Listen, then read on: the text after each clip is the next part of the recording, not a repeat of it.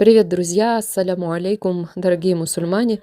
В одном из предыдущих видео я вам говорила, что я написала книгу о том, как я пришла к исламу. Напомню тоже, что я говорила, что это мой 10-й Рамадан в этом году, то есть 10 лет с момента принятия ислама. И я хотела рассказать в этом году, так как юбилей, думаю, расскажу свою историю.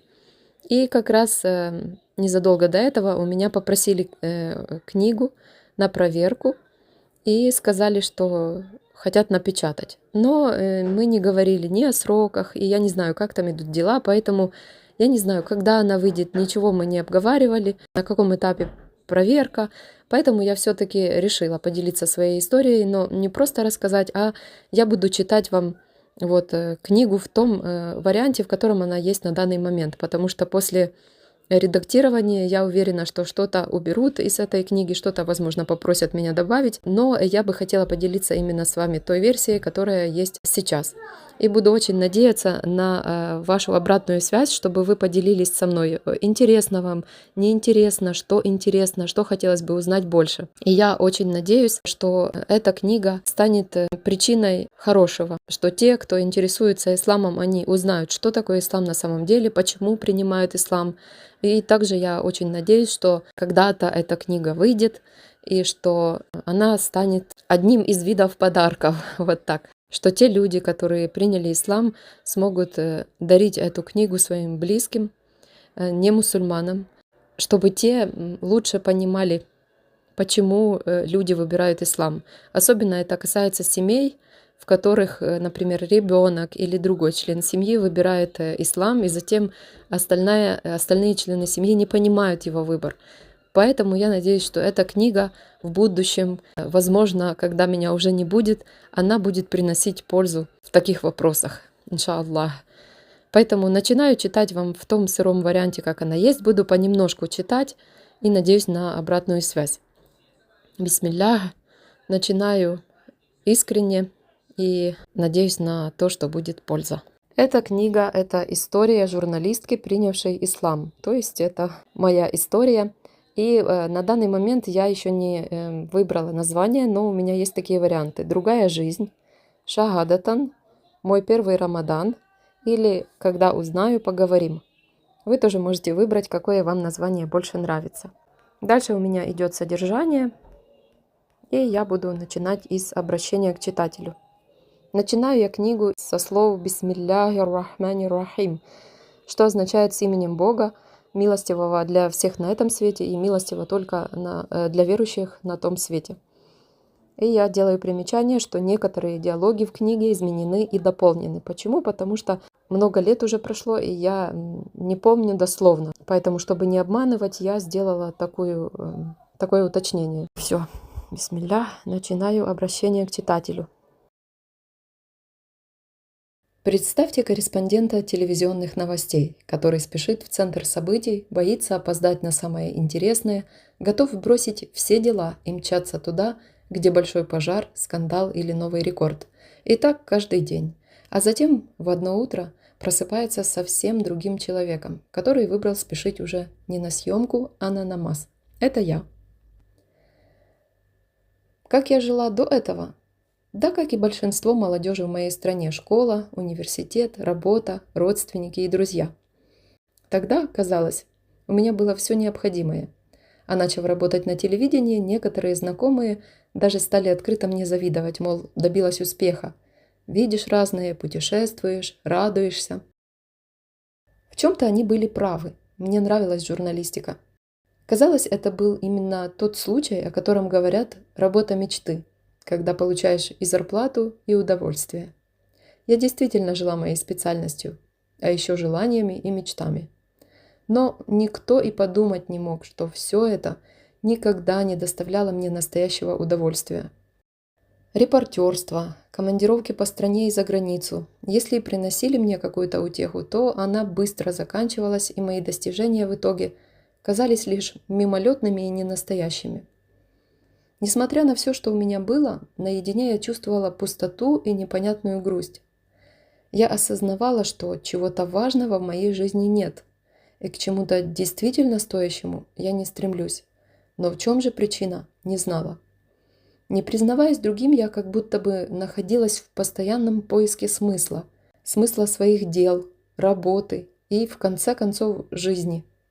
Мне хотелось жить по-другому, другой жизнью, как-то иначе. Но как именно, я ответить не могла.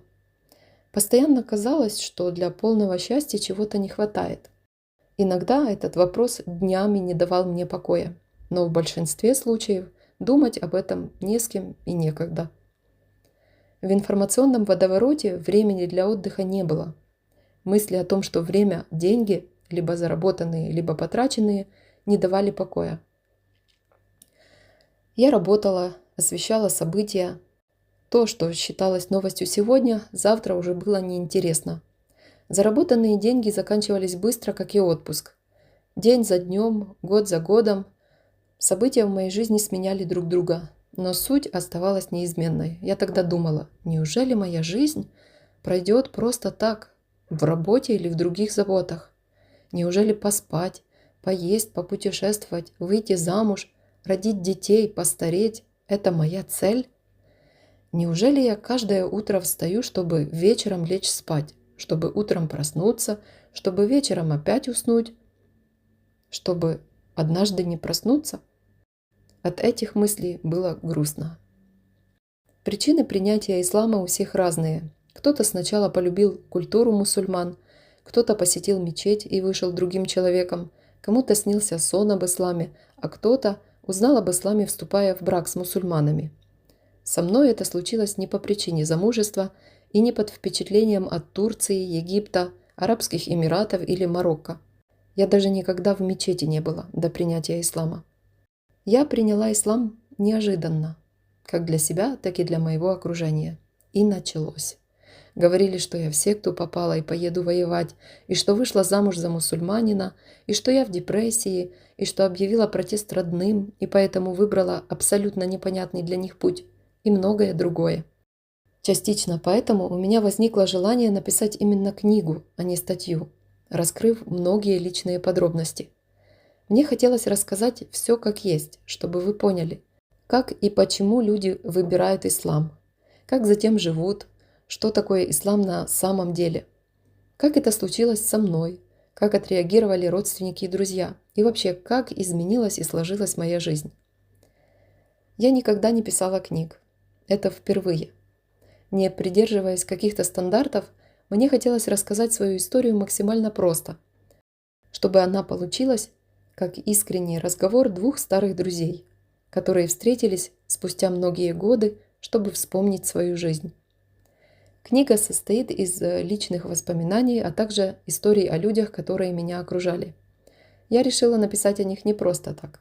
Вы увидите, в каком обществе я росла, какие важные вопросы возникали в моей детской голове, кем были герои моих историй и повлияли ли они на мой выбор.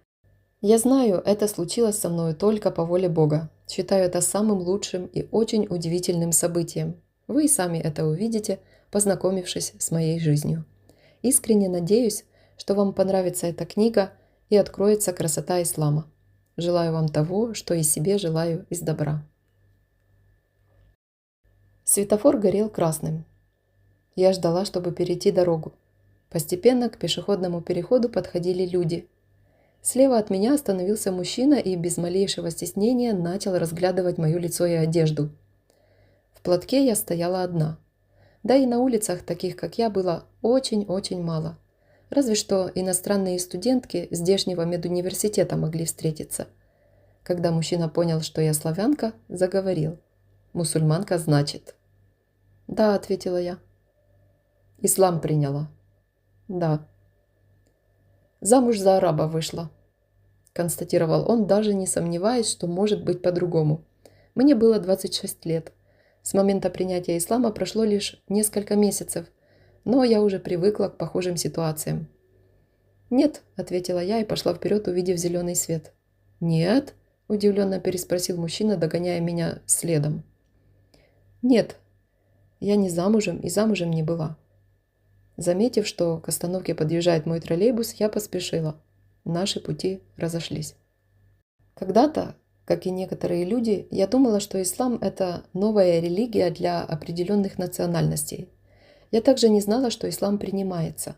Думала, что если ты родился в мусульманской семье, то ты мусульманин, а если нет, в общем, знаний у меня не было. Я думала, что не мусульманки принимали ислам, потому что хотели замуж за мусульман. Мне казалось, что это было условием. Еще я думала, что мусульмане необразованные и не ориентируются в мировых событиях. Конечно же, все это оказалось совсем по-другому. Что я знала о мусульманах в юности? Да почти ничего. Разве что они есть и что живут там, где или жарко, или горы. Что мужчины с черной бородой, а женщины по-настоящему одеты в любое время года. Что они строже, чем другие люди, особенно в вопросах нравственности и культуры. Вот, пожалуй, и все. О том, что они существуют, я впервые услышала в детстве, когда дедушка по вечерам смотрел телевизионные новости, где показывали мусульманские страны, в которых в мирное для Украины время шли войны. Позже о мусульманах я слышала от одноклассницы, когда она хвасталась своей подружкой-мусульманкой. Если не ошибаюсь, это было в 6 классе. Затем папина родная сестра вышла замуж за мусульманина. Вот и все, пожалуй, о чем я слышала лично. Но что значили эти слова «мусульмане», «ислам»? Я не знала и почему-то не спрашивала. Для меня мусульмане это было что-то вроде «другие люди». Все. Как они соблюдали, почему так назывались, я понятия не имела. Кроме папиной сестры, с которой я не общалась, других знакомых мусульман в детстве и в юности у меня не было. Но то, что я со временем видела или слышала, мне в них нравилось. Я уважала их за то, как они чтят ислам, а еще за внешний вид и воспитание. Не замечала я, чтобы девушки и парни-мусульмане ели в пиццериях пиццу, запивая пивом. Не видела я также, чтобы мусульманская молодежь хамила своим родителям. Наоборот, я знала, что насчет воспитания там все строго и правильно. А когда встречала мусульманские семьи, вообще плакать хотелось. Скромность в поведении, одежде, отношениях. Хотя они не старались демонстрировать это специально, но все было очевидно. Они были так счастливы и преданы друг другу, что не замечали рядом идущих людей, гламурно одетых или раздетых. По этим семьям было понятно, что есть что-то большее между супругами, чем просто любовь. И эти культура и уравновешенность очень притягивали. Хотелось узнать их секрет. Вообще узнать хотелось в жизни многое. Порой информация отсутствовала, но часто имеющаяся запутывала еще больше. Тянулось все это с самого детства.